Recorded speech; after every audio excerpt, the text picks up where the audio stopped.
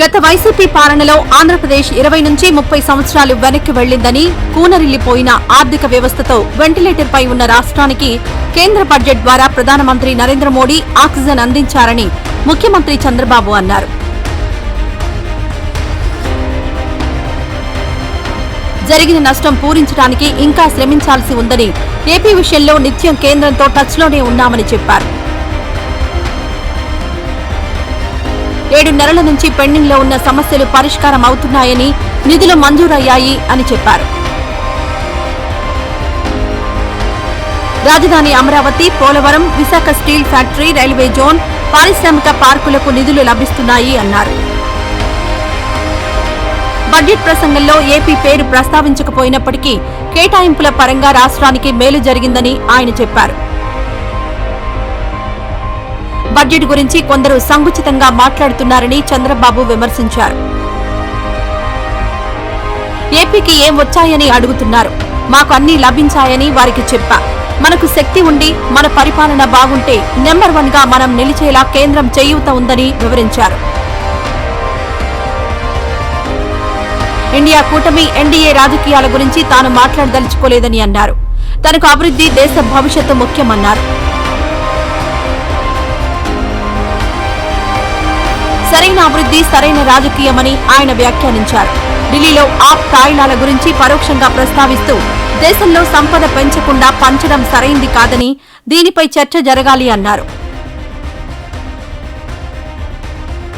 సంపద సృష్టించకుండా దానిని పంచే హక్కు రాజకీయ నేతలకు ఎక్కడిది అని ఆయన ప్రశ్నించారు.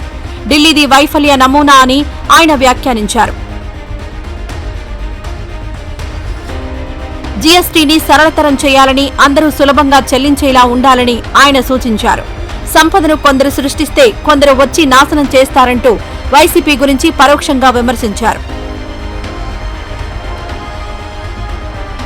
అభివృద్ధిని చౌకబార అవసరాల కోసం పట్టాలు తప్పించడం సరైంది కాదని, ఎవరూ అధికారంలో ఉన్నా అభివృద్ధిని కొనసాగించాల్సిందేనని చంద్రబాబు స్పష్టం చేశారు. గత 11 ఏళ్ల పాలనలో భారతీయులు గర్వపడేలా నరేంద్ర మోదీ పనిచేశారని చంద్రబాబు కొనియాడారు.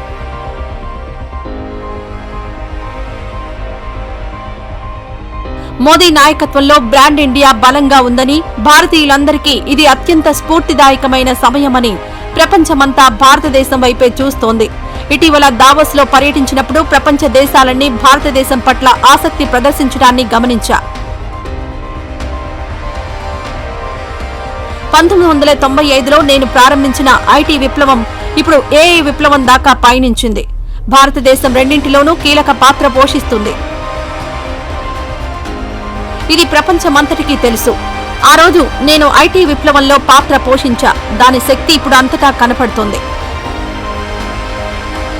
ఇప్పుడు ఏఐ కోసం పనిచేస్తున్న ప్రపంచంలో భారతీయులను ఇతర దేశస్థుల కంటే ఎక్కువగా ఆమోదిస్తున్నారు.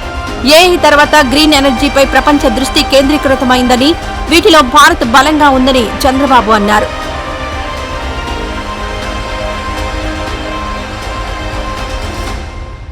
ఈ వీడియో నచ్చితే లైక్ చేయండి. అలాగే మా ఛానల్ ని ఫస్ట్ టైం కనుక చూస్తున్నట్టయితే ఇప్పుడే సబ్స్క్రైబ్ చేసుకుని పక్కనే ఉన్న గంట సింబల్ ని యాక్టివేట్ చేసుకోండి. అప్పుడే మేము పెట్టే ప్రతి వీడియో మీకు నోటిఫికేషన్ గా వస్తుంది. అలాగే ఈ వీడియో పూర్తిగా చూసినందుకు ధన్యవాదాలు.